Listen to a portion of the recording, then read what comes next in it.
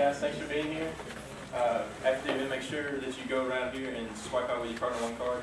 If you don't have your card, just tell me your L number, and I'll type that in, and it'll be the same. Today we have Michelle Dorsey. She's from the United States Coast Guard. She's going to talk to you guys about resumes. So let's thank her for being here by giving her your undivided attention.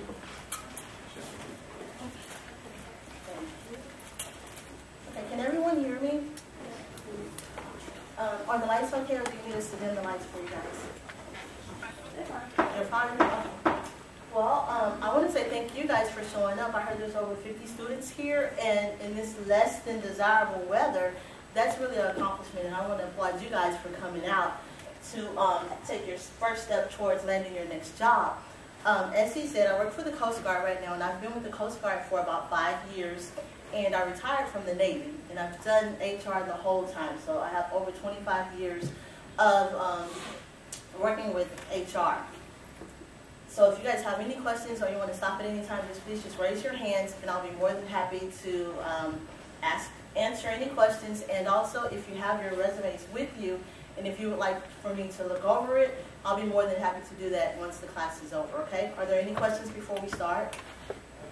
Oh, okay, very good. Okay, so first it's going to ask, what is a resume? Can anyone answer the question? Or would anyone like to answer the question? Please, thank you. It's pretty much like a skill set, like of what you got, what you have off. Absolutely. It's actually, like you said, it's basically your calling card. Have you ever been out someone wants to offer you a service and they give you a business card? And when they pull the business card out, it's kind of raggedy or crunched up because it's been in the pocket or the purse or whatever. Anybody ever had that happen to them? You have, right? It's not nice, is it? You don't really think of them as being a professional, right? Because the calling card that they presented to you was not professional. So it's the same thing with your resume. I know a lot of people put resumes online, so you can't really, tell what type of paper it's on or anything like that. But they can also tell what type of person you are, because when you upload your resumes, a lot of times, if you notice, your format is kind of off-centered. Have you ever noticed any of that in applying for a job when you upload your resumes? No, I'm the only one here. Okay, thank you. So you have to go back and really take a look at your resume and make sure everything is there, everything is formatted professionally. So what is a resume? A resume is a personal summary of your professional history, qualifications, and education. Okay, so today we're going to go over, I'm sorry. Okay, what information should be on your resume, the characteristics of a successful resume, types of resumes, and scannable resumes. Okay, so before you start typing your resume, you would like to sit down with a sheet of paper and list all of your skill sets on it. So if you're good at accounting, or you're good at science, or whatever type of skill set you have, you want to write this down on a sheet of paper. So you're going to outline your skills and your abilities that you have, and this will make it easier for you to prepare your resume. And here's some examples. So I have the skills, and you have the critical thinking, problem solving, decision maker, computer, whatever skills you have to offer. Just write them all down. You're just going to brainstorm on this piece of paper. And then you also have your area of expertise. So when you do that, what do you consider yourself as an expert in, or what do your friends or your teachers think that you're an expert at? And then you list your work experience, because a lot of times people won't think about the little small jobs that they've had. So you definitely want to look at your work experience, and you also want to put in anything that you volunteer for, because that's also considered work experience. Your volunteering is your work experience, whatever you're doing with them. Any questions on this? So do you guys think that you can all do this part right here? Yes? Okay. Okay, at the very beginning, at the top of your resume, you're going to identify yourself, who you are, what your address is, what your telephone number is, what your email address is at the very top. And you want that to kind of stand out. So you want that font to be a little bit larger than everything else. It'll be like just as if you have a letterhead, okay? Then you want to go with your education. So all of you here will have an educational block there. So you can write your education in. And then you'll go with your work or your professional experience. Then if you have any volunteer experience, and a lot of times if you have a small resume, like if you're a student and you really haven't had a job, then you can also put in your activities or your computer skills and your professional organizations, or if you're a part of a sorority or a fraternity, you can put that in. Okay, on your resume, you definitely want to focus on your skills. So you're going to always use your action words and, to define your responsibilities on what you're doing. And when you're trying to define your responsibilities, you want to definitely use your action words, and you also want to show your accomplishments. So let's say, for instance, if you had a special project and you were able to sign up 100 people to attend a certain, let's just say you signed up 100 people for voter registration. That's an accomplishment. You were able to sign up 100 people in one day. So you want to make your matrix and you want to show your numbers on what you're doing, so they'll have a good idea. Okay, you want your resume to be easy to read and understandable. You want it to be one page, really, no more than 2 pages. But a lot of us, we may have worked, several jobs, so you may have to take it to a second page. But you want to try to keep it to 1 page. If not, go to the second page. But still, if you're going to go to the second page, you want to make sure that it's a full second page. You don't want just maybe 2 or 3 lines on the second page. So make sure there are at least 2 full pages. Excuse me.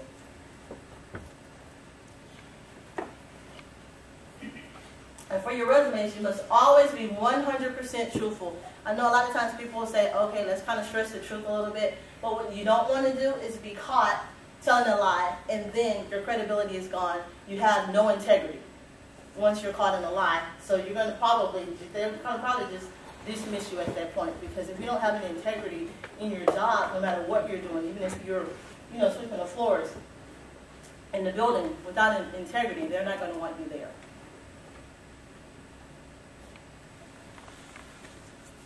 Okay, we already talked about making your name stand out in the bold and large fonts. And really, for resumes, you should use either a 10 or a 12 point. And your paper should be white, beige, or sometimes light gray, but you want it to be a quality bond. If they're asking you to send your resume in, I think it would be best if you would just purchase you the resume paper, a resume folder, and a resume envelope to put it in. Any questions? Okay, and here are some examples of how your header for your resume should be.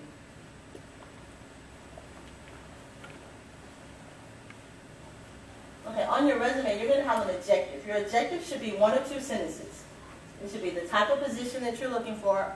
If you're looking for full-time work, part-time work, or just the summer internship, you need to identify that in your objective. And what position you would like to do, and emphasize how your skills would be useful to the organization. And here's an example. Do most of you have a resume now? You do. Do you have an objective on your resume? Anybody want to share what their objectives are listed on their resume? No? No one? You have to be confident in your resume.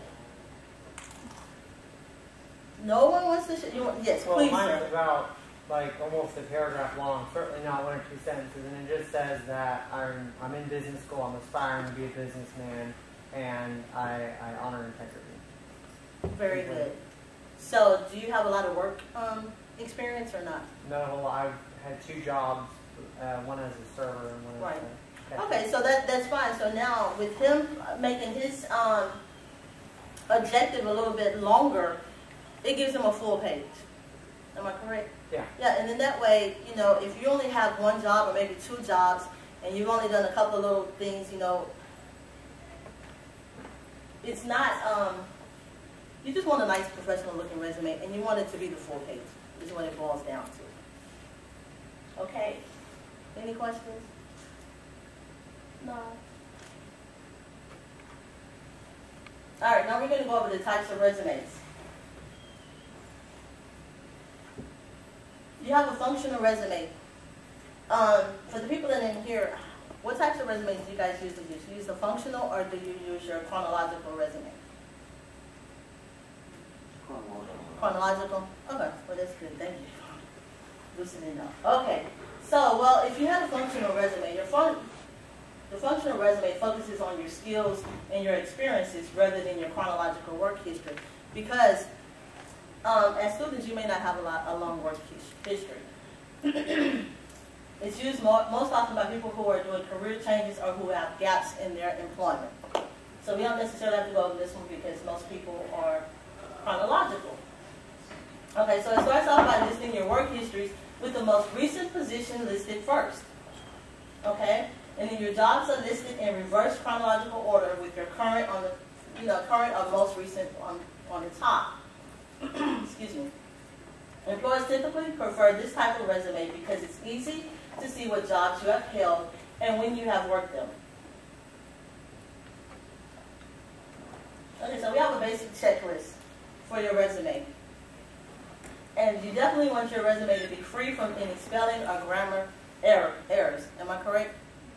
Because when you're looking at a piece of paper or a document, even when sometimes, when people send you a little note and the spelling is incorrect or the grammar, you're like, what? Really? And they want a job and they can't even, write a decent note. So you definitely want to have it free from errors. You want it to be neat, clean, and professional looking. And we've already gone over the length for 1 to 2 pages. And, they said the use of the white space is effective. You want everything, say if you're going to go from one of your jobs and you list your job, and if you're going to put one line, then when you go to your next job to list your next job, you want one single space line in between that one also. And so that way it's formatted, and it looks nice. Excuse me one second.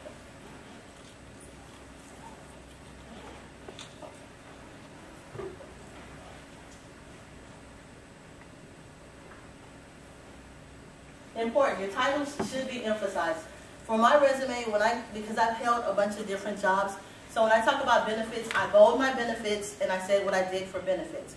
When I talk about being a program manager for persons with disabilities, I bold the program manager for disabilities and then I talk about it. So it stands out, so when employers are looking at your resumes, they probably get hundreds in a day and they don't really have a lot of time to read each and every one. So what they're doing is they're just going through and they're scanning as quickly as possible. If they don't already have a system in place that's going to scan them and take a look at who they're looking for when they're trying to pull out the I guess the target words or the catchphrases that what they're looking for, an individual isn't going to take a whole lot of time just to read your stuff line by line. So you need to catch them right away. So you need to emphasize what you're doing and bold, the duties that you think are really responsible. And your information is logically recorded, and you use use action verbs for accomplishments and results. And I think we went over, the results thing a little bit earlier. So when you're also talking about when you're in your resume, you want to use bullet points when possible. You want to take a whole bullet, and if you had a job, let's say, I don't know, Miss Amy, could you give me one of your jobs, and then we'll do a bullet for one of your jobs. Management training. Okay, so she would have the management training there, and then she would, just put the little bullets out. What did she do as a management training? Customer service. She did the customer service. So you would have the customer service in your bullet point. And if you want to go a little bit farther and say customer service by checking students in and out or whatever, then you go to another one. Well, she had to do time and attendance or whatever. So you can do it that way. And then you also want to quantify your results whenever, possible. Say if you were a supervisor and you supervise 20 people, that's a big thing. So you need to say supervisor of 20 staff or 20 personnel, because that's going to look a lot better than if somebody else comes in and it's between you and another person, and this person has never been a supervisor, or they've been a supervisor, but they've only supervised 1 or 2 people at a time. You're going to come out looking a lot better because you have the experience where you've supervised, a large amount of people. Okay? Okay, now we're going to go to the cover letter. Do you guys normally do cover letters when you are sending your resumes in or not? You do? No. I think it would be nice if they're asking for a cover letter. I think it would be nice to put a cover letter because the cover letter is your chance for you to capture anything that you didn't capture during your resume. Okay? And say, for instance, like when I do my cover letters, I always, start off with, I try to make sure I have the person's name. And I start out telling them I'm, responding to the job announcement. I generally give the job announcement number and where I found it, whether it was on the website, in the newspaper, off a bulletin board, excuse me, or wherever. And I go into detail and say I'm interested in this position and how I'm excited about it when I've seen it and what I can offer the company. Because that's what it boils down to. What can you offer the company? All right? So if you really want the job, just go all out. Just say whatever you need to say.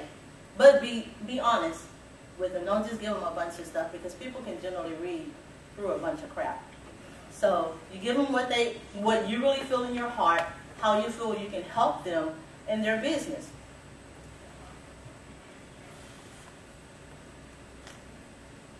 So like I said, in the beginning, you give enough information to interest the reader. You just want to catch them. You want to be able to get an interview. You don't want to give them everything up front so they can say, oh no, this person's not going to work here because he has too much experience, or this person isn't going to work here because he loves to do such and such a thing, and we don't have that here in this position. So you just give them just enough to keep them interested.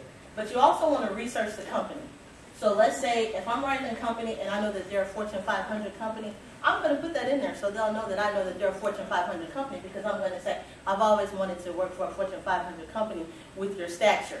And, if you can list some of their accomplishments that was in the news or something that they did lately, or, even if they did, like, say, maybe a fundraiser or did a charity event or something, you want to throw that in there because now they know that you're interested in the company and you've also taken out time to research.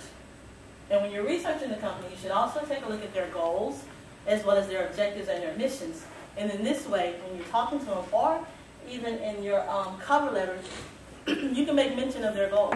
Because now, you can say, hey, I love the fact that you do X, Y, and Z. I would love an opportunity to do this with you, and say how you can bring how you can bring what you have to bring to the company. All right, here we go again. You want to address it to a specific person. And there's nothing wrong with to whom it may concern. There's nothing wrong with the HR director. If it's a job posting and it lists a name at the bottom of who to contact, then you generally want to put that contact person's name there. Excuse me. You should only answer an ad if you have 50% of the skills. A lot of people say that they just apply for every single job. That's not good because what happens is, let's say you apply for every single job at Home Depot. The HR people are going to start seeing your name, and they're going to remember it, and they're just going to say, well, this person just wants a job. Doesn't care what they want to do. They just want a job. And when you're desperate like that, nobody wants a desperate person. You know what I'm saying?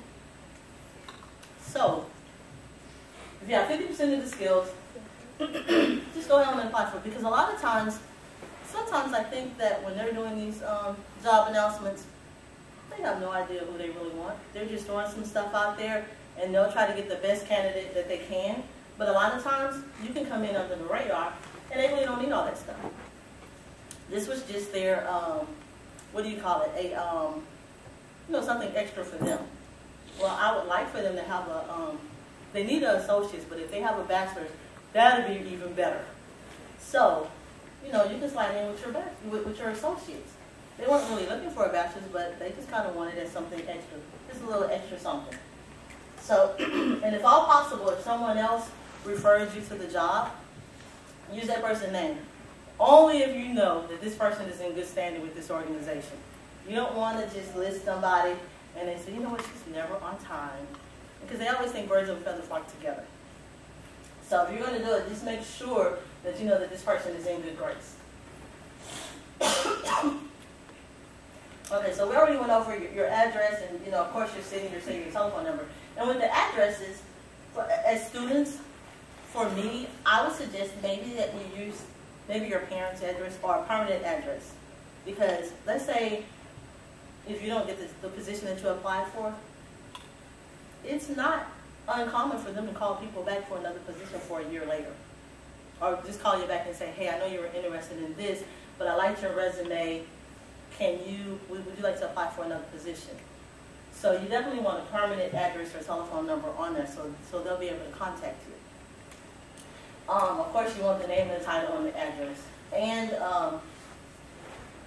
you do the greetings and followed by the colon. Okay, so in paragraph 1, you're going to do your introduction. Like I said earlier, you're going to talk about how did you hear about this position. You know, if you heard about it in the newspaper, as I was reading the New York Times, I seen this job announcement, such and such and such. And then you go into it. And then you make mention of your resume. You say, I have attached my resume, you know, for your review. Or whatever else you want to say in this first paragraph. Then you'll go down to, then your second paragraph should start off and you should be a concise overview of your work history and skills. This is where you just throw it out there and you let them know, hey, I have experience in this, I can do that, and then just lay it on the line, but not too much, just enough to show that you at least qualify for the job. All right, any questions so far? Am I going too fast?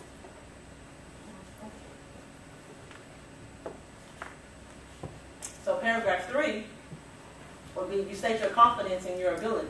You know, give the information on how you can be contacted. So you just basically tell them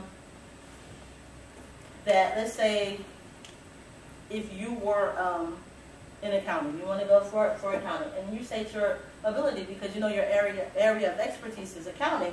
So this is what you're going to go with. You're going to talk about all your area of expertise, and you're going to talk about your special skills. So whatever skill sets you need for that job, this is where you're going to put it in there to show them, hey, I qualified for this position.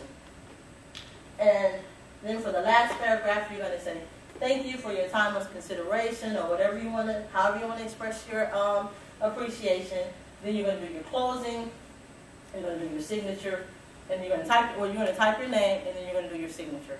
So I know a lot of times people really can't read signatures. It's very, very hard. So after going over the cover letter, do you think the most of you that weren't using resumes, do you think you'll use your resume now? I'm sorry, use your cover sheet for it now. Think so? Okay. All right, so here we go again with the telephone numbers. This is the problem I have. When I'm calling people, and it's supposed to be a professional phone call, I don't want to hear, when I'm trying to call and be professional, I don't want to hear rump shaker or anything else. You know what I'm saying? It's not professional, especially if you're using this number as your professional number. Please don't do that. Just, you know, even, I'm not going to say don't use ringtones. Maybe a little elevator music would be a lot nicer, but not your favorite beauty song.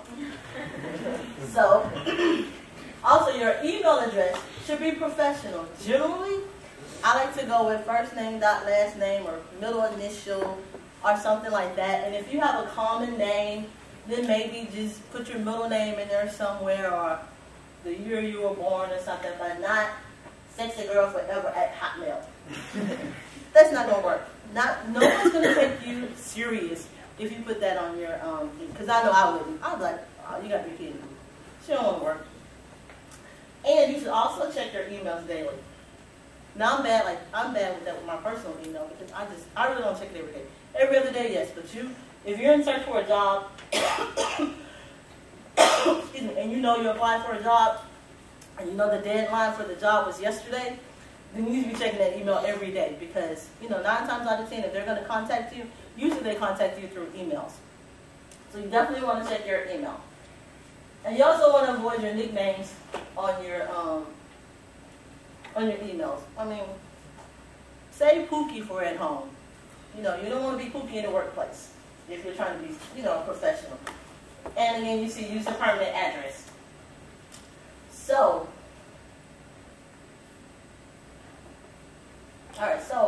when you're doing your resume, you want to stay in the same tense at all times. So you want to use the correct tense and use it consistently throughout. If you are saying, using everything in past tense, then your whole resume needs to be in past tense. You get it? Okay. And when you're doing your resume, try to print it out. It's kind of hard to see errors when it's on the screen. So if you print it out, you're more likely to see a mistake. And a lot of times what I'll do, I'll print something out and I'll read it from the bottom to the up. I mean from the bottom to the top, because a lot of times you're able to catch mistakes like that instead of reading it. Because sometimes when I read, I'll read exactly what I want to say or what I was thinking when I was typing, and then it's something totally opposite. And I'm like, what? I proofed it. But my mind was saying, thinking exactly what I wanted it to. But that's not what's on the paper. So if you print it out and try to read it backwards or from the bottom to the top, that should help. And do not proofread it on the screen like I just said previously. So, if you're going to, how many people think they would really buy a pack of resume paper? Do you guys think so? I definitely, because sometimes I think that employers, they ask you to send it in just to see, what type of person you are, or how creative you are, or if you want to spend a little extra money. Because I think like a pack of resume paper with the folders and the envelopes, maybe about $25 at Office Depot. And if you're really thinking about having a career and you really want to do something, I think that the $25 you should, really invest in yourself. And if you have business cards and you want to use your business card as a calling card, make sure they're nice. Buy your little business card holder and try to keep them in a business card holder instead of in your pocket or your purse or, somewhere like that. Okay? Do I have any questions? No questions? Well, does anybody have a resume that they would like for me to review? Actually, I thought of a question. Oh, sure. Let's say you're doing an online form, and say you attach the attachment of your resume. Is it better to do a PDF or just a Word document? I generally do the PDF because a lot of times those Word documents, like I said, the format will get off and then you spend 20 minutes trying to correct your stuff. And, and sometimes if you don't hear from someone and it's a job that you really, really want, call them. Well, not call them. I would send them an email. Email them first, see what they say. Say, hey, I applied for the job. I realized they closed 2 or 3 weeks ago. I haven't heard anything. Have you filled the position? And they're going to come back. 9 times out of 10, they're going to come back and say yes or no. And then at least you know. But then also, they're like, oh, yeah, this person is trying to follow up. So I think that'll give you a couple of extra points with the business. And then if you happen to land an interview, I think it's always nice to send a thank you note, whether it's through the email or just drop a thank you note in the mailbox. It's not going to cost that much money, especially if you're trying to invest in yourself and you want it. I think you'll really stand out. Any other questions? Yes, ma'am. We have several career fairs coming up. We have one coming up March 6th. That's our spring career fair. And we have students come in all the time wanting to get their resume critiqued for whatever purpose. So for a career fair, would you suggest that students come in with a paper resume, put on resume paper, or the mini business cards that's like a resume? Well, actually, I think you should come in with both of them because depending on who the employer is, some may want that big resume and others may want the card. So that way you can, pretty much ask them, say, which one would you like? I have my resume and I also have my business cards. And just use both of them and use it to your advantage. Because a lot of times, and another thing is, if you're really not interested in working for the company, don't waste your time with them at the career fair and don't waste their time because there are people that really want to work for the company. And you spend 20 minutes in line, waiting in line to talk to them for 2 or 3 minutes, and then you could have been at the head of the line but people were just talking to people just to be talking to them. So try to just go to the people that you're really serious about, and and don't waste your time with people you're not serious about because I'm not going to waste my time. If I know I don't want to work at McDonald's, I'm not going to stand in that McDonald's line just to see what they're talking about. I don't really care, and I don't even want your little koozie. Save it for somebody that wants it, and don't waste your time. only apply for jobs you really want, or you can see yourself working that job, because there's nothing worse than being in a job and you don't like it. Okay, any other questions? Yes, sir. Just following up on what you said, you know, sometimes you like really need a job, so you just have to apply and see what you can get. So is it bad if you ask for your resume back? If you feel I wouldn't like ask for my resume back, but if that's you're hard on your resume and you spent your money on that resume and you want it back, then you can ask for it back if you want. I mean, 'cause sometimes they don't even look at it and You're right. it goes in the stack. So if you don't, well, I tell you what, just fill them out. If you think that if they give you the impression that they're going to really look at your resume, or while you're standing in line waiting to speak to them, see what they're doing with those other people's resumes. If they're just flicking them in the thing, then you know, keep it to yourself. Or if you want to bring some little resumes that are printed out on regular paper, because you don't really care, you just really want to get that job, then give them that. But I would spend my money on something that I really wanted. Did that answer your question? Because I mean, just sometimes I've been really aggressive in the interview, and they just kind of ask them what did they see that they liked on my resume, see what they said if they actually looked at it. And that's good, and you should do that. Because the one thing is, you're interviewing them just like they're interviewing you. Because you want to make sure that this is a place that you want to be. You don't want to go to a place that you're going to be stressed out every day. So yeah, so ask them questions. Ask them what type of training, you know, they're going to provide. How long, you know, I wouldn't ask them about a salary during my interview, but, you know, if you're interested in them, yes, please, ask them a lot of questions. Anyone else? Sure, yes, sir. So, I was in the service for 6 years, so, and of course I've accomplished many of things, you know, awards and ribbons and this, that, and the other, and I got a lot of. So how do I go about trying to shorten it up and not make it so long? Well, I'll tell you what. Because after 20 years in the Navy, you have a whole lot of stuff, and a lot of times those people, they don't even care about all those different awards. Only if it applies to the job that you're trying for, then put it in there. If you got what were you in, the Army or the Navy? Army. The Army. So if you have an Army Achievement Medal for doing something that's related to that position, then I would put in there, receive the the Army Achievement Medal for, and then just give a brief spiel on why you received that medal. That's what because it is hard for us, because as veterans, you're going to have one position, and they're going to tell you this is your job, but for that job, you're going to probably have about 15, 20 different responsibilities. And some of those responsibilities, you're like, how did I get this and I'm doing this? They don't even relate, but this is part of your responsibility. So you really have to read the job announcement, kind of fill out and see what they're looking for, and then tailor it. Because to be honest, I have like 5 or 6 different resumes. And it just all depends on what type of job you're looking for. And you have to look at your resume at least every time when you're submitted into these jobs to make sure that you are targeting what they want to target. And then when you want to use your long resume is when you apply for federal jobs.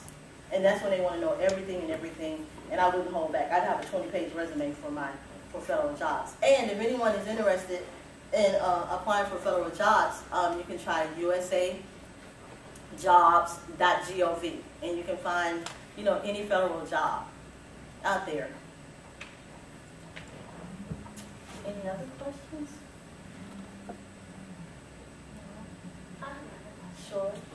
I see several, I see 2 colleges. I see the College of Engineering and the College of Science and Communication students. And I one time had a student come in who was an international student, and he wanted to put his American name on his resume, even though that was not his legal name. Yeah, no. This is what, and I didn't cut you off like that, but this is what I mean about nicknames and all these other names. When you turn in an application, you want your legal name. What's on your birth certificate, what's on your social security card, because when they go in there to fill out that I-9, they're going to ask for several documents. And one of the documents, depending on which column you're going to pull your documents from, it's all legal. Nothing is, if your name is James and you go by Jimmy and everybody knows you by Jimmy, when you fill out that application, I would definitely have James on there and not Jimmy. And then when you go to the interview, you may want to tell them, well, and sometimes they'll even ask, do you want to go by James, and then that would be the appropriate time to say, well, no, I go by Jimmy. Okay?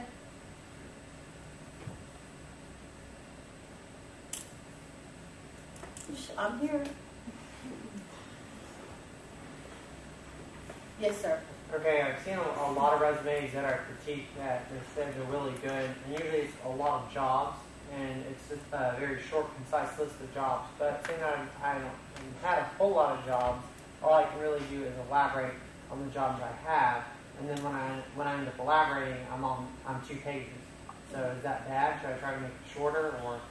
No, it's not bad, because you're just trying to focus in and just pull everything together, because you have one person that's been in the job market for 20 years that, has all the, the jobs and the meat to it, but you just want to beef your stuff up for what you've done. You understand what I'm saying? Yeah, that's what I'm saying. So if you go to 2 pages, then it's okay, as long as it's 2 full pages and it's actually meat, it's a substance and it's not a fluff.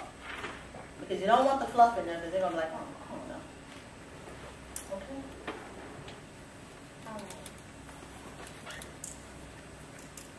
Nothing from this side? You guys have been quiet the whole time. No questions? So you guys all have jobs? You're not looking for a job? Is that okay? Okay, well, like I said, if you guys need anything, Miss Amy has my number and my email, and I'd be more than happy to help you guys out in any kind of way. And especially if you want to fill out a federal job. And then we can go over that. Maybe if you want to do that one day, do a federal job, and then we can just walk through the process. Because with federal jobs, just keep in mind, federal and like state jobs, they really want to know what you've been doing. And if you're a veteran, they really want to know all of that. How many veterans do we have here?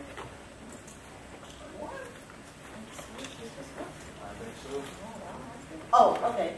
Very No, good. I'm not. Oh, you got a question? I'm so sorry. If we were to get your email and email you our resume, would you revise it for us and tell us what is wrong and right and what we need to put in? I can. And matter of fact, I'll just write it down for you. If you have I'll write it down for you. Because I didn't bring my business cards today. I'm sorry. But, yeah, I'll write it down for you and you can send it to me and I'll check it out. This is maybe about a 7-day turnaround time, but I'll get it to you. Sir, do you have a question in the back? No? Okay. Yes, ma'am. Is there a way to access this PowerPoint at a later time when I actually make my resume? Well, I tell you what, I brought a copy. I can leave a copy and she can make copies for you guys. If it's easier for you to just email it. Okay, if you would like for me to email it, sure. I can do that. Right. I'll get your email address before. Okay. Anything else? Okay, so how many people are going to the career fair then? March 6th. Okay, so when you go to the career fair, are you going to wear your best outfit to the career fair? Or are you going to go kind of like, you're going to put your best foot forward, right? You have a whole bunch of cologne on that day? No? Well, yeah. Please don't put a whole bunch of cologne on. Please don't do all that. But when you're at the career fair, just, like I said, just keep in mind, only go to the people that you're really interested in. So, my Yes. question is about the resume objective. So do we have to have it objective every time? Or Well, is it it depends. really necessary? You don't even necessarily have to have the objective. The objective is just there for, to add a little something extra, to let them know who you are and what you're really looking for. So, let's just say if your objective, if you do such a broad objective, then you can use that same objective each and every time. But you can also tailor your objectives to whatever position you're applying for, and that's what I do. I just tell them my objective to whatever position I'm applying for. So it's really up to you. You can go broad, or you can, bring it in. Hi. Okay, guys, what we're going to do for the presentation, we're actually going to upload it to Blackboard so that all of you would have access to it. If you have any questions about how to create a resume. And also, in the Career Center, we do on-site resume critiques. You can set an appointment with your consultant, or you can see the Student Employment Center during walking hours.